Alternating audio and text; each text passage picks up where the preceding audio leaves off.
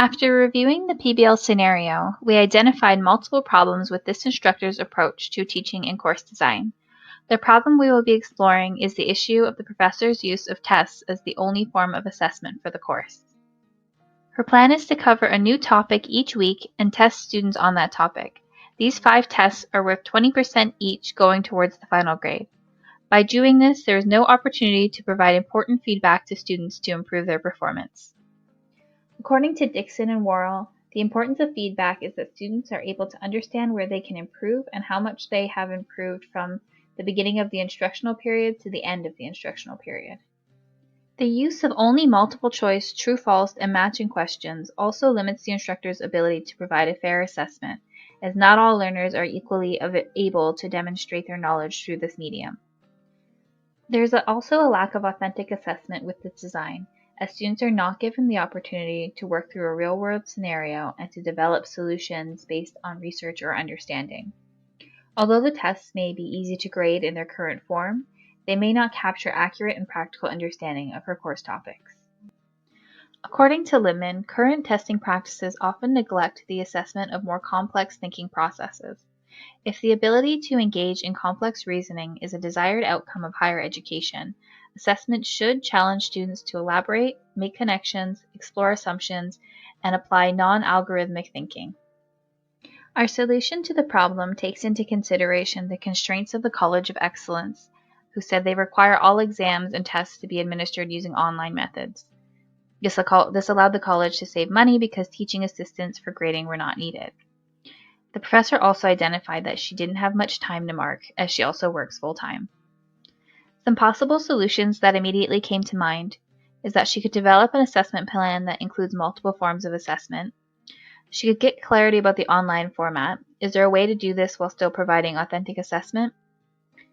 She can make time for marking a priority for herself or for the college to provide a teaching assistant. She could consider a scaffold approach, and she could save time marking by using student-centered marking and holding individual marking meetings online. While there are many possible options for educators, the following are 4 effective alternatives to standardized testing that we decided to explore. 1 is sampling, 2 is stealth or game-based assessment, 3 is multiple measures, and 4 is portfolio-based assessment. For sampling, a representative group of students is tested rather than the entire student population. This lessens the impact on students and teachers. In this particular PBL, this option could work if the professor wanted to get information about where students' learning levels sit, but wouldn't be an alternative to assessment options which could be used towards their grade. Stealth or game-based assessments eliminate the time and cost of traditional testing and would follow the college's rules about testing being administered online.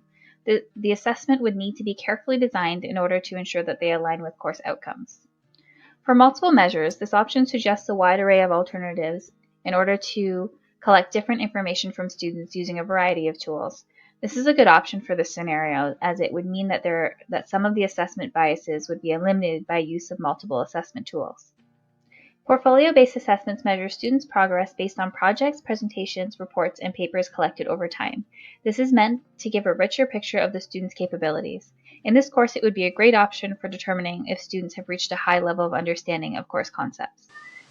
Bloom's taxonomy showcases 6 stages of learning, 1 being knowledge, comprehension, application, analysis, synthesis, and lastly, evaluation.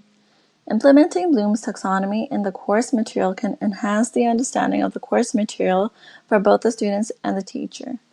Teachers are able to plan and deliver appropriate instruction to the students. Ms. Educator only asks students to demonstrate the remember level on Bloom's taxonomy with her assessment, which is only to repeat the information. Teaching post-secondary level course, she should be encouraging students to aim to the higher level on Bloom's taxonomy pyramid, and that is create. 6 cognitive learning from Bloom's taxonomy are 1. Knowledge, which is to remember the knowledge they gained from their memory. In other words, recall of pattern structure. Example would be memorizing materials. 2. Comprehension, which is to understand the material and they are able to communicate to explain it. 3. is application. Apply what they have learned to see results. 4th is analysis, which is to analyze and differentiate between ideas so it's clear and understandable. Fifth is evaluation, which is to understand existing ideas and able to use them to formulate decisions, support ideas, or develop an opinion. And lastly, synthesis, which is the ability to take learned information or ideas and formulate new ideas and theories. Formative assessment takes place throughout the instructional period, whereas summative assessment takes place towards the end of the instructional period. Formative assessment goes both ways for students and teachers. It is done to understand where the student is with their learning and how the teacher can change their ways of teaching to meet the student's needs. Summative assessment is to see how much the student has learned throughout the instructional period. This chart elaborates more on the difference between formative and summative assessment. Formative assessment is done to also diagnose student difficulties, which can also be done earlier than later with formative assessment. Teachers can provide students with homework, ask them questions in class, and have them do self-evaluations to observe their learning. Summative assessment is to evaluate the learning outcomes. Does the student understand the course material? And are they prepared for the next level of learning? Teachers can assign students projects or even reports to see how they progressed. In the video clip 3.3, it is not mentioned that Ms. Educator provides students assignments or any type of assessments to build student knowledge other than weekly tests. Ms. Educator should implement both summative and formative assessment in her teachings, so students aren't just memorizing her lecture, rather they are learning and progressing. Ms. Educator can make few changes to make her markings more fair overall and improve student learning.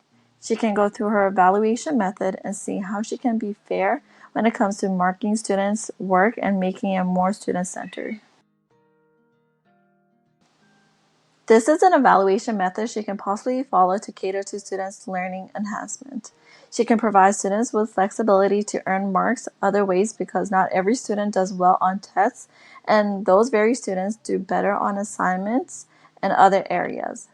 Students can earn marks in group discussions where they are able to communicate with their peers and learn from discussions.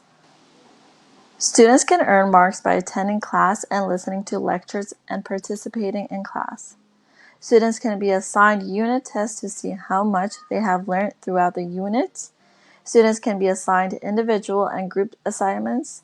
And lastly, students can be assigned peer and self-assessment to see how much they have progressed and where they can improve. In conclusion, all students learn differently and process knowledge according to their ability. Instructors should cater to students' learning and not just focus on teaching and delivering the information. Few assessments can be done to meet both instructor and students' teaching and learning, such as formative and summative assessment and feedback. Formative assessment can be done to see the progress of student learning and see where they need help, and it also helps teachers improve their teachings. Summative assessment is done end of the teaching period to see how much the students have achieved and see if the students understand the materials. Bloom's taxonomy can also be implemented in her course design to enhance learning and ask students to demonstrate a higher level of knowledge. We hope you enjoyed our presentation, and we hope you have an amazing day.